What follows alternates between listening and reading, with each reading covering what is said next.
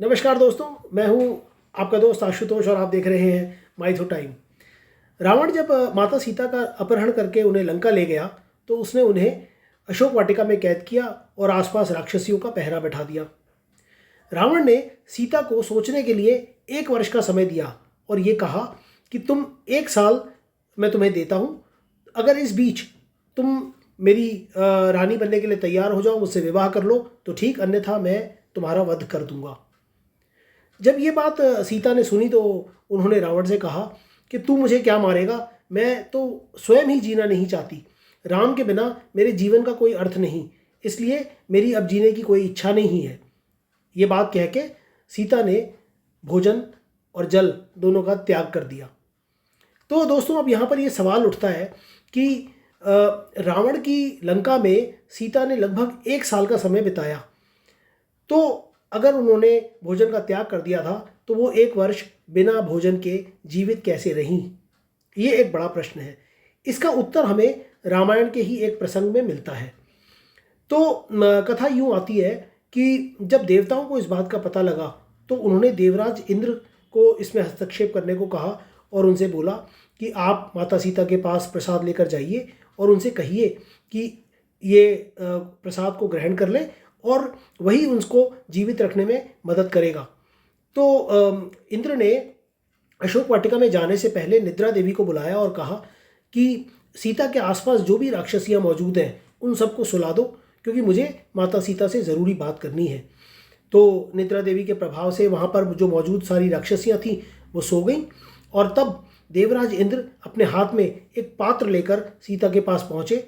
उसमें खीर थी और उन्होंने सीता से कहा कि माता सीता, मैं देवराज इंद्र हूँ और आपके लिए ये दिव्य खीर लेकर आया हूँ। आपने भोजन का त्याग कर दिया है, लेकिन राम को अभी यहाँ तक पहुँचने में बहुत समय लगेगा और इस तरह बिना भोजन के जीवित रहना कठिन होगा।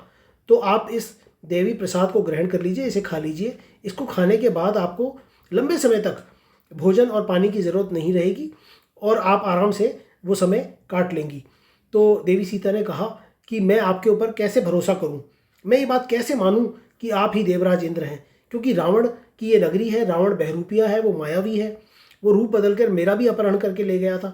तो मैं ये कैसे मान लूँ कि आप रावण नहीं हैं? मुझे अपने होने का प्रमाण दीजिए। तो इंद्र ने कहा कि आप बताइए, मैं आपको क्या प्रमाण दूँ? तो सीता ने उससे कहा कि मैं श्री राम और लक्ष्मण के साथ जब ऋषि मुनियों की संगत में समय बिताती थी तो कई बार वहाँ देवता भी आते थे, तो मैं उनके लक्षणों से परिचित हूँ।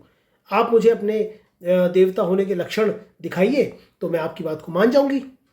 तो दोस्तों, यहाँ पर ये मज़ेदार एक बात आती है कि देवराज इंद्र ने तुरंत 4 लक्षण जो है वो माता सीता को दिखाए। वो ज़मीन से ऊपर उठ गए हवा में और उनके पैर ज़मीन पे नहीं टिक रहे थे, और उसके बाद उनके जो गले में फूलों की माला थी वो बिल्कुल ताज़े फूलों की थी, बिल्कुल भी कुम्हलाई हुई नहीं थी। उनके वस्त्रों पर धूल का एक भी कण मौजूद नहीं था और उन्होंने पलकें नहीं झपकाईं। तो ये 4 लक्षण देवताओं के माने जाते हैं, जो कि रामायण में बताए गए हैं कि वो ज़मीन से ऊपर रहते हैं, वस्त्रों पर उनके धूल नहीं रहती, उनके गले में पड़ी माला कुम्हलाती नहीं है और वो पलकें नहीं झपकाते। हालांकि महाभारत में हमें देवताओं के 2 लक्षण और देखने को मिलते हैं। उनमें से एक ये कि देवताओं को पसीना नहीं आता और दूसरा ये कि उनकी परछाई नहीं बनती।